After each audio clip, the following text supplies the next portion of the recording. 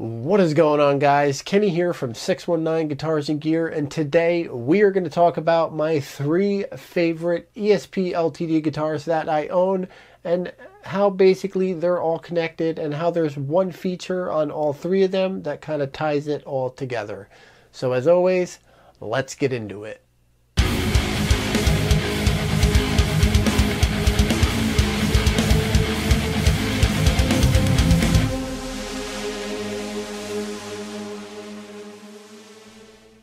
Alright, well, ESP Ltd has been a pretty important brand to me since I started playing guitar, basically, and to this day it is one of my favorite guitar brands, and it's all pretty much because of this LTD H250. Now, I have done a video on this, but I'll give you a quick little breakdown on how I got this thing and how it became, easily one of my favorite guitars.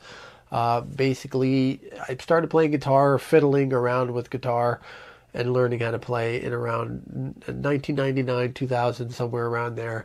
And my first guitar was one of those crappy silver tone Strats with the, came in the kit with the little amp and the strap and the cable and everything.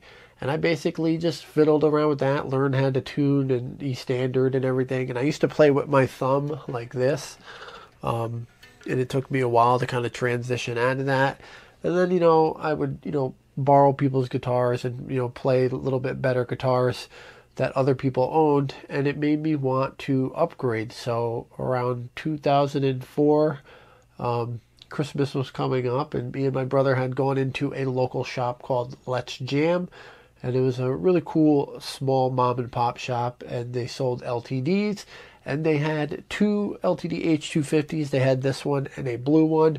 And, I kind of liked both of them. I didn't really matter to me which one I got. But I did the typical thing and bought my parents there and said, oh, that's the one I want right there, right there. And then they did the typical parents thing and said, maybe for Christmas or whatever. And so, Christmas was approaching, and me being a little twerp, I had snuck into their room. They used to hide the presents under a blanket. And I had peeked under the blanket, and my heart broke. I saw a box. It was a guitar box, and it said Squire on it. Now, I would have been grateful for whatever. I'm not going to be one of those people, but I was obviously upset because I really, really wanted the LTD. Come Christmas morning, we pretty much saved that for last. I kind of knew what it was. You could see the shape of the box, and unwrapped it, opened the Squire box up, kind of expecting to see some kind of Squire, and nope, they completely pulled one over on me. I don't know if they knew I was going to go peeking, but they had stuck this H250 in the Squire box, and I was so happy. I did not put this thing down for days. I mean, pretty sure I put it next to my bed at night when I slept, and this thing just went everywhere with me. And pretty much ever since, this has been one of my favorite guitars and almost one of my best playing guitars. It's just broken in, and it just has that feel that none of my other guitars have. But this thing has been through the ringer. It's been through probably 4 or 5 sets of potentiometers. It's been through at least 3 or 4 switches, a couple bridges. It came with Duncan Design HB102s in it. Right now it has a set of EMG HGs in it, which are the passive EMG, and it's been through, just a lot. It's cracked and scratched. The back is ravished. It has chips out of it. The headstock has a crack in the finish right here because one of the shows we were auditioning, one of my old bands was auditioning for some kind of show at my high school, and I did one of those tosses where I threw it around my neck, and it actually absolutely creamed my amp behind me and put a nice crack in the finish. Thank God it didn't snap the headstock off, but I was almost pretty much afraid to look because I thought it did. It's been through a couple sets of tuners, and I finally had found kind of an old new stock set of ESP tuners to put on it, and they work great. It's been through a bunch of nuts, and this thing just has so much playing time on it, and it just kind of like, when people talk about the old Strats or old, Les Pauls, they're broken in and they just have that feel. And, I don't think any other guitar that I have will quite have the connection and feel like this guitar does for me. I had taken, some sandpaper and Scotch-Brite to the back of the neck to make it matte because I do not like gloss necks. But to this day, still one of my favorite guitars and still one of my best playing guitars. I've done a bunch of fret work on this thing and it just plays really, really good. But one thing that kind of I've always loved and they don't really do anymore is the teardrop style headstock. And I believe ESP still does that style on like some of their custom shop stuff from what I've seen. I've tried researching all this, the different eras of the teardrop headstock, the different logos that come on it, because you'll see the other two guitars and how they're similar. But the teardrop headstock is definitely something that I really, really love. A lot of people kind of don't like it, but it's just, I think because of this being my first guitar, it kind of just means a lot to me. But let's check out guitar number 2. All right, so moving on to guitar number 2. You guys have seen this on the channel before in my latest guitar collection video, and that is this 1997 LTD Horizon. Now, this is the first year, or no, I think LTD came out in 96, so this is a 97, so I believe this is probably the first year or first Horizon that LTD has made. Obviously ESP started making Horizons I think in 1986, but as the LTD sub brand, I believe this was the first Horizon. So this thing is absolutely awesome. When I got it, it was ravished. It was, someone had stripped the paint off it. It used to be black, and then I ended up, getting the sealer off of it, throwing it in the sandblaster, opening up this grain, as you know I like to do, and to put some purple stain down there, and filled in the grain with some black, put some satin finish on it, and this thing looks really, really cool, I think. I might change it up and do something different later on, but for right now it looks really cool. But it has all the original hardware. It's that old Japan Godo stuff, which is great. Original pots, original switch, and has the original tuners. Someone stuck a carbon fiber nut and it was missing the truss rod cover, so I just stuck something on there that I had.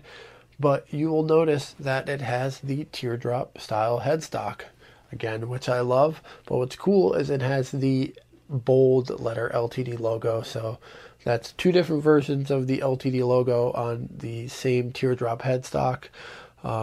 Obviously on the H250, I believe that's the more modern LTD logo.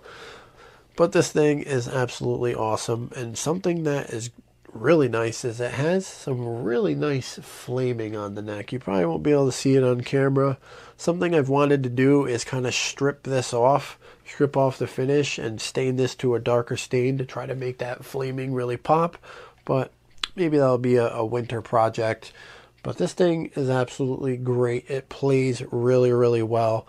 I did a little bit of a fret leveling on it, some fret end work, and it feels really good. Doesn't play as well as the H250, but it's pretty dang close. Once I put it back together after staining it and stuff, I really didn't have to do that much intonation-wise or action-wise. It kind of just went together and was ready to play, and it plays really, really good. So that's guitar number 2 out of the 3. Let's move on to the third and final guitar. All right, in the third and final LTD here, I have this year 2000 H201. And I have to say, I just got this thing a couple weeks ago from a buddy. He had sent me a video that he bought it, and I was like, yeah, knowing him, he goes through guitars more than anyone I know. But he'll buy a guitar and say he loves it, and then a week later he sells it. So I knew it was only the matter of time before he asked me if I wanted it. So I ended up trading him a Schecter that I had because I had to have it. And obviously you know why, because it has the teardrop headstock. Now, something cool about this is it has another version of the LTD logo. So I believe I have all 3 LTD logos that they put on the teardrop headstocks.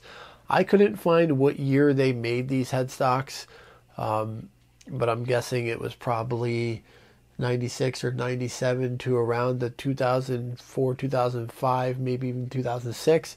I tried researching it so I wouldn't sound like an idiot on here, but like I'd mentioned, I'm pretty sure you can still get the teardrop headstock from ESP, like custom shop, but they don't, I haven't seen anything that they've used it on in the LTD range. So, but this thing is absolutely awesome.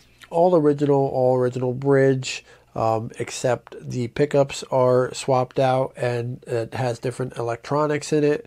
Right now I have a set of Duncan Solars in there that I put covers on, and I kind of Scotch-Brighted the covers, aged them out a little bit, and then painted the pole pieces black. And I just think it fits the guitar really well. I love this orange. Out of the three, I think this is my favorite looking guitar out of all three of them. I just think the orange and black with the flame veneer goes really, really well together. And I really like these little block inlays that are, you know, towards the top of the fretboard. I believe they still use that whole inlay thing on some of the Horizons now. I'd have to check, so don't quote me on that. And then I had to stick some Grover tuners in there. I have the original tuners that came on this, but one of them was broken.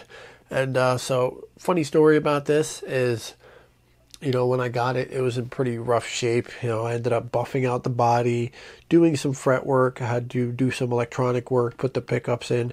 It came with Duncan Design HB102, just like the H250 did, which I have.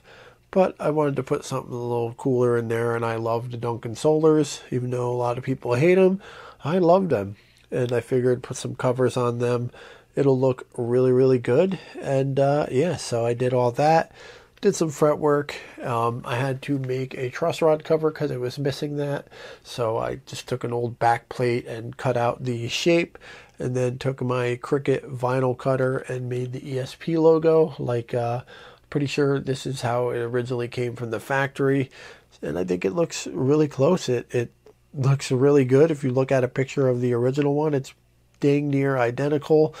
And I'm super happy with it. I believe, judging by the way it looks, it's definitely the original nut, which is cut really well.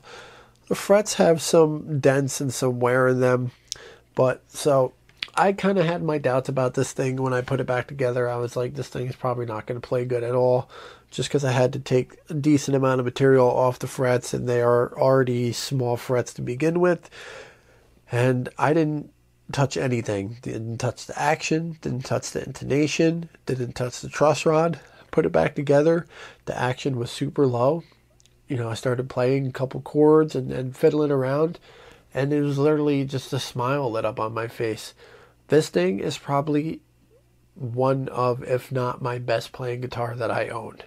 And I'm not just saying that. That H250 plays really good. This is probably just a slight hair above that. This thing is just so easy to play. You don't have to press down hard. Action's low.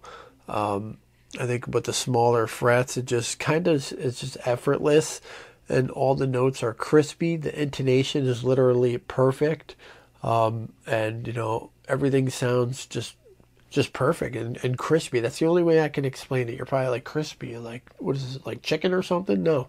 Crispy is the only way I know how to identify it. It just sounds perfect and in tune with itself. And yeah, for not having to touch anything, I was completely blown away. That's never really happened to me before. Usually I have to fiddle with guitars to get them to be where I want.